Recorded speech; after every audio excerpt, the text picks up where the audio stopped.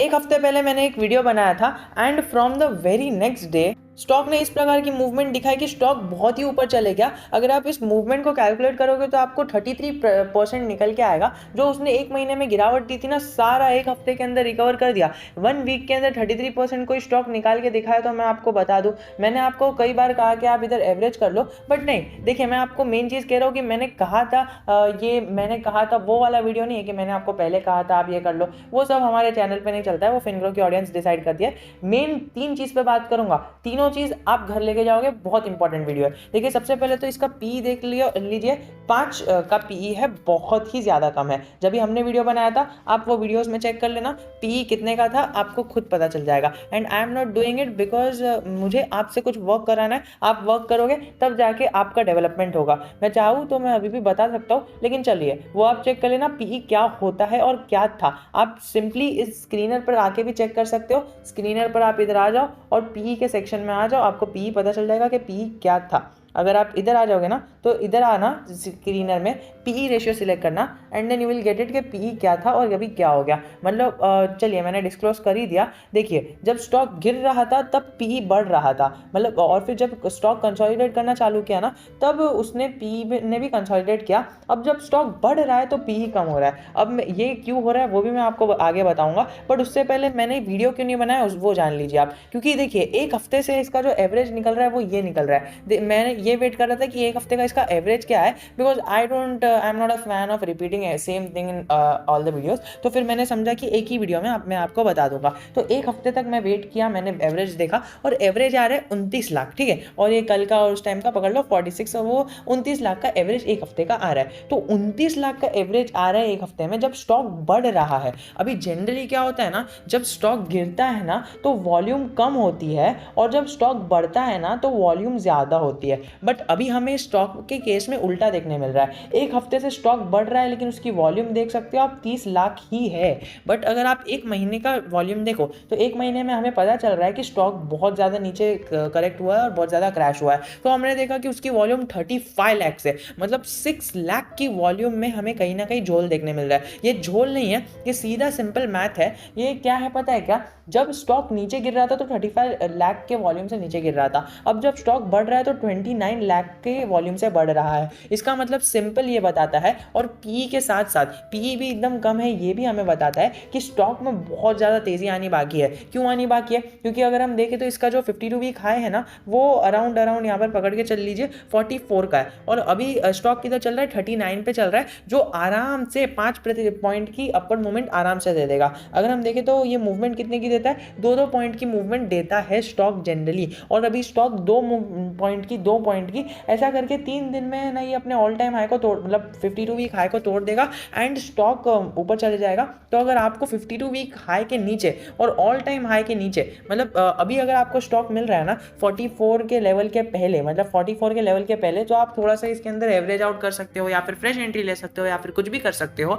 क्योंकि एक बार ये अपने 52 वीक हाई को तोड़ देगा तो बहुत ऊपर जाएगा। क्यों जाएगा? क्योंकि हमें RSI बाद में देख लेंगे, P5 का दिख रहा है, मतलब P बहुत ही कम है, मतलब ये जो है स्टॉक अभी बहुत ज़्यादा लूज हो चुका है, ओवर सोल्ड हो चुका है। और दूसरी बात ये है कि इसकी वॉल्यूम बहुत ही कम है। इन जनरल जब भी कोई भी स्टॉक बढ़ता है तो उसकी वॉल्यूम भी ज़्यादा रहती है, क्योंकि जनरली जब स्टॉक कम होता है ना तो उसकी वॉल्यूम कम ही रहती है। तो कम वॉल्यूम हमने देखा, कम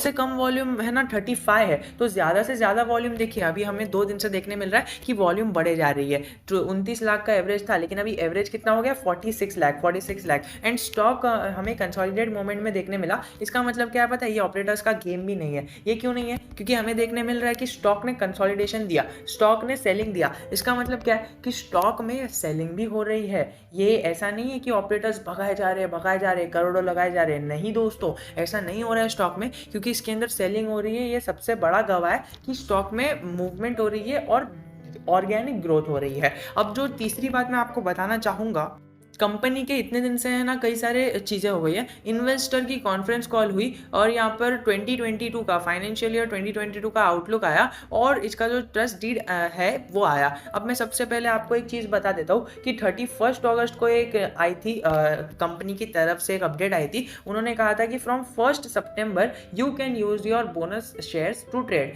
बट ये गलती आप मत करना, आपको जो बोनस शेयर्स मिले हैं ना उसको आप संभाल के रखना। आप ऐसा कर सकते हो कि अगर आपको 100% प्रॉफिट हो रहा है, मतलब आपने जितना कैपिटल लगाया था उसका 100% प्रॉफिट हो रहा है। फॉर एग्जाम्पल आपने 100 रुपीज़ लगाए थे और अभी आपका पोर्टफोलियो की वैल्यू है 200 रुपीज़, मतलब आपको 100 रुपीज़ प्रॉफिट हो रहा है। तो आपको पहले अपने 100 रुपीज़ जितने लगाए थे ना वो निकाल लो और अभी जितने भी पैसे बचे हैं, यानी अभी बचे हैं फिर से 100 रुपीज़, तो वो 100 रुपीज़ को रहने दो। अभी आपके केस में 1000 हो सकता है, 1 लाख हो सकता है, 1 करोड़ हो सकता है, वो कितना भी हो सकता है, या चाहे ये भी हो सकता है 5522.04, ऐसा भी एक अमाउंट हो सकता है। तो उसका भी 100% रिटर्न जिस दिन हो गया ना, आपको क्या करना है, अपना कैपिटल निकाल लेना है। मतलब कैपिटल मतलब क्या, आपने जितना पैसा लगाया था और फिर जितना भी है वो सारी चीज़ों को रख देना है। तो कैपिटल क्यों निकालना है, बिकॉज देखिए स्टॉक अभी भी रिस्की है। अगर आप इसका मार्केट कैप देखोगे ना तो मार्केट कैप 4000 करोड़ है, जो बहुत ही ज़्यादा कम है। स्मॉल कैप कंपनी है, तो स्मॉल कैप और मिड कैप कंपनी में हमें इतना ज़्यादा पैसा नहीं लगाना है।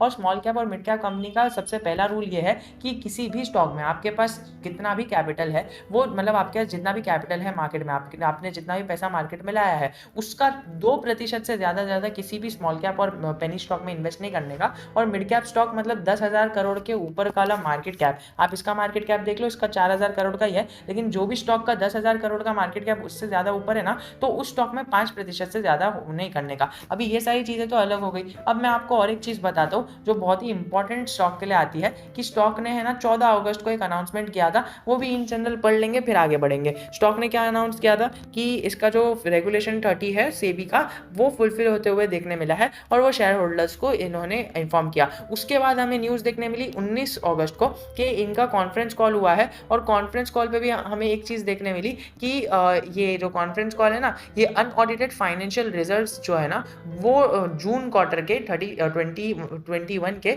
जून क्वार्टर के रिजल्ट्स वो डिस्कस होने वाले थे, तो वो भी हो गया और उसकी लिंक भी प्रोवाइड हो गई। फिर उसके बाद ये जो फाइनेंशियल ईयर 2022 का जो भी आउटलुक है वो डिस्क्लोज हुआ और यहाँ पर दिखाया गया कि इस तरह से फाइनेंशियल ईयर 2021 और 2022 का आउटलुक दिखाया जाएगा और यहाँ पर जो अनऑडिटेड फाइनेंशियल रिजल्ट्स है वो भी पेश किए जाएंगे। अगर हम बात करें तो इसका फुल ईयर का आउटलुक ही है, और क्वार्टर 2 का, क्वार्टर 3 का और क्वार्टर 4 का भी बहुत अच्छी तरह से यहाँ पर कंपनी ने पेश किया है। मुझे इसीलिए विकास लाइफ केयर और ब्राइटकॉम ग्रुप बहुत ही ज़्यादा फेवरेट लग रहा है, बिकॉज ये लोग है ना रोज़ाना मतलब डेली या फिर एक वीकली या फिर एक पीरियोडिक आप कह सकते हो, एक जनरल अपडेट कुछ ना कुछ ये कंपनी करती ही है और अपने शेयर होल्डर्स को देती ही है, जो आपके लिए एक वैल्यू बाय और आगे जाके मल्टी बैगर साबित हो सकता है। कोई भी स्टॉक पकड़ लो, आप दीपक नाइट्राइट पकड़ लो, आप आरती इंडस्ट्रीज पकड़ लो, आप कोई भी ऐसा मल्टी बैगर स्टॉक पकड़ लो जिसने एक ही बार में इतने बड़े रिटर्न्स दिए हैं ना, वो स्टॉक की हिस्ट्री यही रहेगी कि उसने रेगुलरली कई सारे अपडेट्स अपने स्टॉक इन्वेस्टर्स को दिए हैं,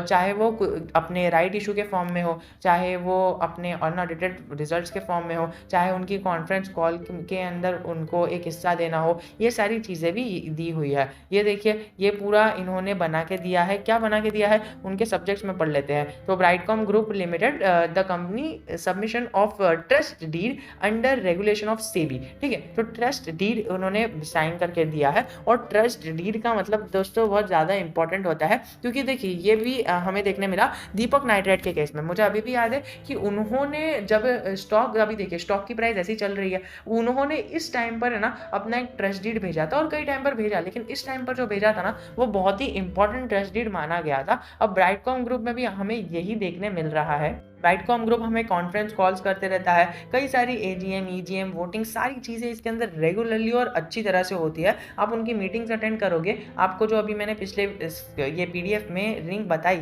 उसके अंदर भी अगर आप देखोगे तो उसके अंदर लिंक भी प्रोवाइडेड थी कि आप उसको क्लिक करके आप मीटिंग अटेंड कर सकते हो। ईएसओपी एंड ईएसओपी स्कीम के अंदर सारी चीज़ें ये भी डिस्क्लोज है। लास्ट वाला जो पॉइंट है इसके लिए मैं पढ़ रहा था कॉर्पोरेट ट्रस्टीशिप, और ये सारी चीज़ें मैं आपको रीड करके एकदम डिटेल में नहीं बताने वाला, क्योंकि 50 पेजेस का डॉक्यूमेंट है, पढ़ते रहूँगा तो बहुत लंबा टाइम वेस्ट हो जाएगा। लेकिन जो भी अपडेट्स थी वो सब तो मैंने आपके साथ शेयर कर दी। और देखिए ये जो बहुत इंपॉर्टेंट चीज़ आ रही है ना, 10 मिनट का वीडियो हो गया, ज़्यादा टाइम नहीं लूँगा।